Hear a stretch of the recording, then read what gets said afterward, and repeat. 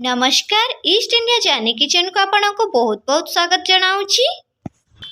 आज मु आपण मानक बोईतालु फूलर पिठौ भजा तैयारी करी देखैबी। यह को तैयारी करबा बहुत सहज आउ आपण माने घरे कम समय रे बनै परिबे। एही पिठौ भजा पखाल भात सहित खाइबा को बहुत बढ़िया लागि थाए। घरे यह को थरे बनै कि खांतु। आशा करूची आपण मानक निश्चिंत पसंद आसीबा। एबे चलंतु रोषेई आरंभ करिबा। बोईतालु फूलर पिठौ भजा करिबा पई मु एठारे किछि बोईतालु फूल नेइछि आउ ताको बाछि नै भल भाबे पानी रे धोई नै सफा करि नेइछि। आमे फास्ट बोईतालु फूल को हाथ रे धरि एही प्रोसेस रे करि नेबा। ओइ पर्यंत मो चैनल को सब्सक्राइब करि नांती तेबे मो चैनल ईस्ट इंडिया जानी किचन को सब्सक्राइब करि नियंतु। आ सब्सक्राइब कर सारा पारे पाखरे थिबा बेल आइकन को क्लिक कर दियंतु। मोर नुआ नुआ वीडियोर नोटिफिकेशन सब सहज रे आ प्रथमे पाई परिबे।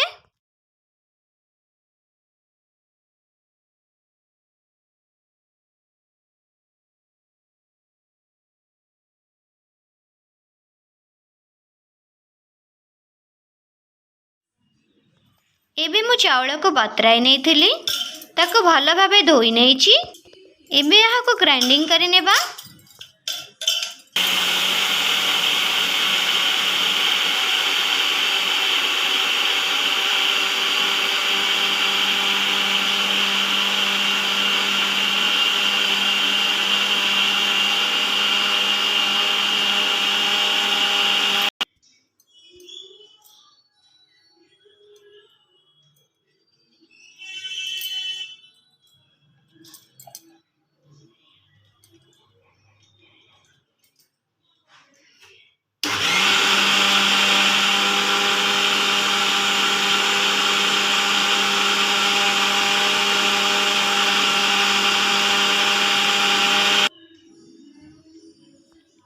एबे आमे घोल प्रस्तुत करिबा। मु बाटी रखिथिबा पिठौ दे दबा। स्वाद अनुसार लुण दे दबा। आधा चम्मच हळदी गुंड दे दबा। आधा चम्मच लंका गुंड दे दबा। गोटे चम्मच बेसन दे भल भाबरे मिक्स करि नेबा।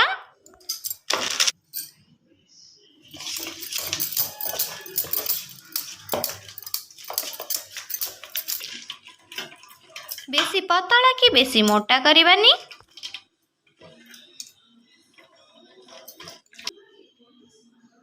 एबे आमे बोईतालु फूल पिठौ रे दे दबा।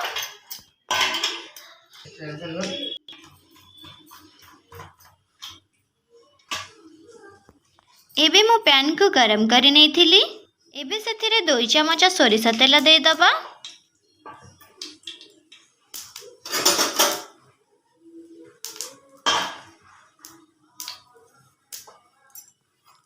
देखंतु तेल गरम होई गलानी।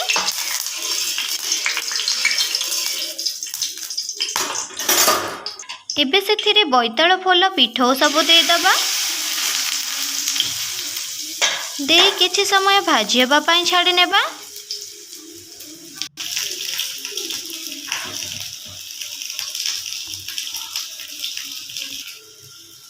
एबे आमे एपट सेपट करी भाजी नेबा।